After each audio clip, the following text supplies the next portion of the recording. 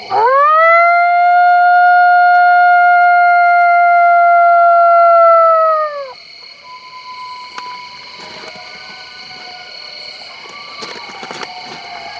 say there's some here.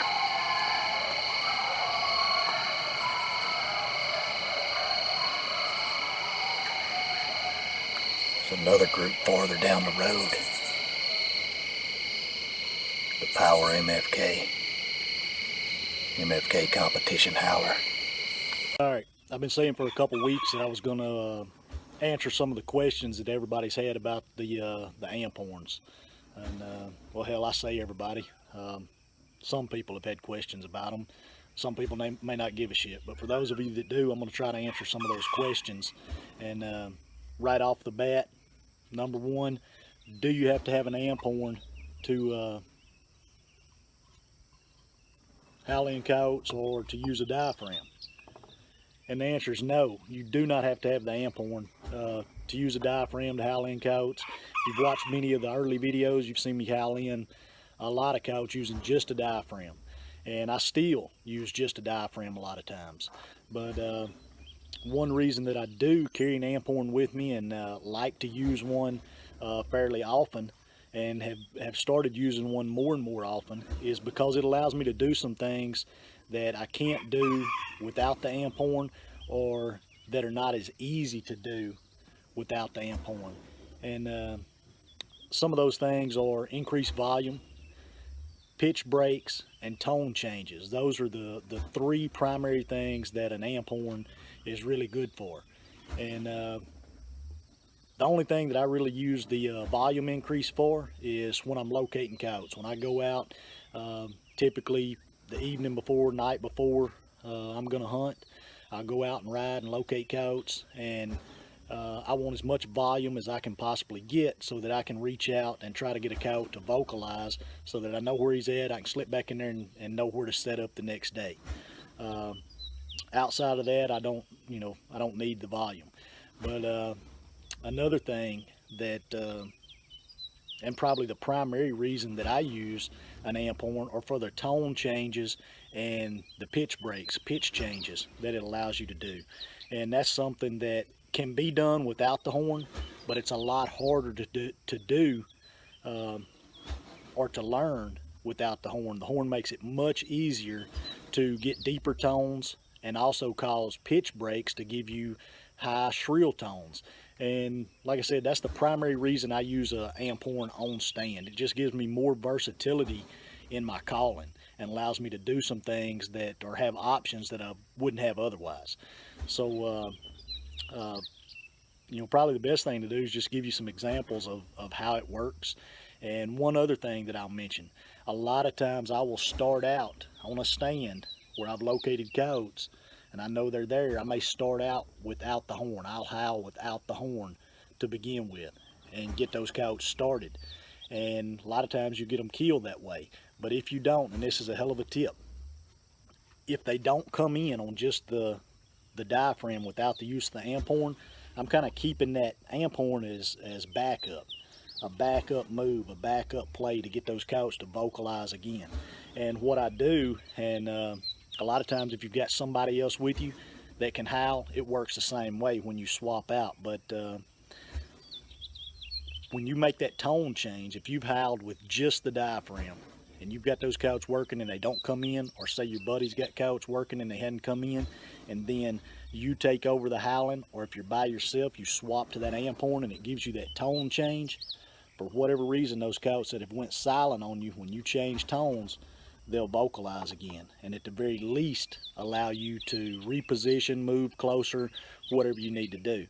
So that's a hell of a tip, something that we use often to get coyotes located again after they've went silent. And it just keeps us in the game a little longer, and hopefully allows us to kill those coyotes. And hell, that's supposed to be the goal, is getting them killed. Some people talk about just sitting around fellowshipping and enjoying the great outdoors. Well, to me, if you're not successful killing and you don't get the job done, it's not much fun.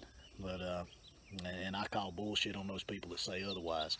But anyway, I'll just run some examples of some of that stuff. and kind of show you what I do. Typically, when I'm getting really aggressive with my calling, that's when you'll hear me throwing those pitch breaks in and tone changes. But I'll do some examples of just some lone howls like what you would do locating, and then I'll do some aggressive stuff and show you the tone changes and the pitch breaks and what I use an amp horn for. So here we go. Right off the bat, I'm going to howl just on the diaphragm, then I'll run it through the horn so that you can see that tone change and volume.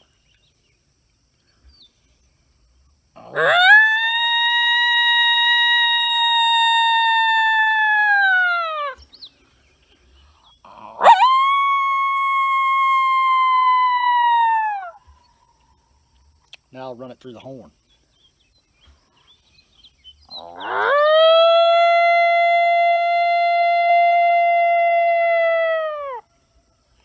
That's an example of a lone howl. It's deeper pitched than using just the diaphragm itself, and typically 2 or 3 of those is all you need to locate coyotes.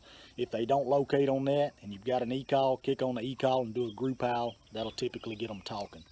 Now moving right on to some of the pitch breaks. We just covered volume and tone change. Now this next deal is what I primarily use a horn for, and you know, a lot of people say don't get aggressive with calling or with howling, that it scares coyotes.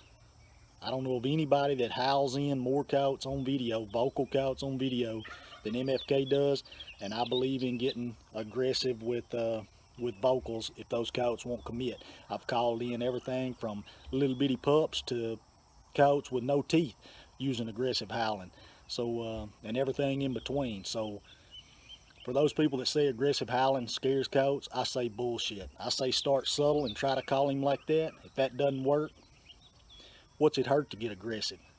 You know, it may make the difference in going home empty-handed or having some fur in the back of your truck. But anyway, this'll be an example of doing some pitch breaks, pitch changes, and just some aggressive howling in general. And it's much easier to do this type of howling that I'm fixing to do with an amp horn than it is without one. And again, this is the primary reason I use one.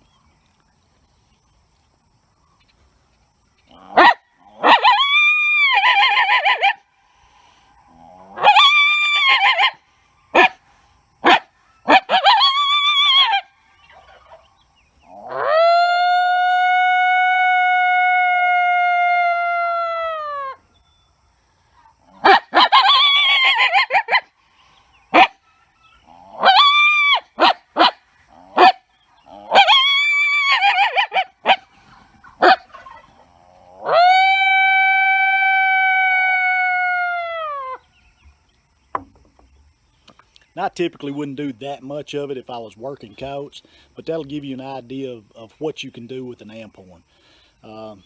If you've sat through the 8 minutes that this has been going on, I appreciate it. If you got something out of it, I'm glad you did.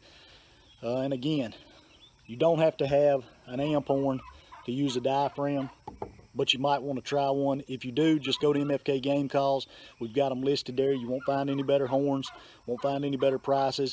If you have more questions about you know, how to use them, how to locate, just some more detailed stuff, you can always go to our YouTube channel. There's a ton of hunts, there's a ton of instructional stuff there, and I think you'll be able to find about anything you're looking for. And one other thing, you probably heard the turkeys gobbling in the background.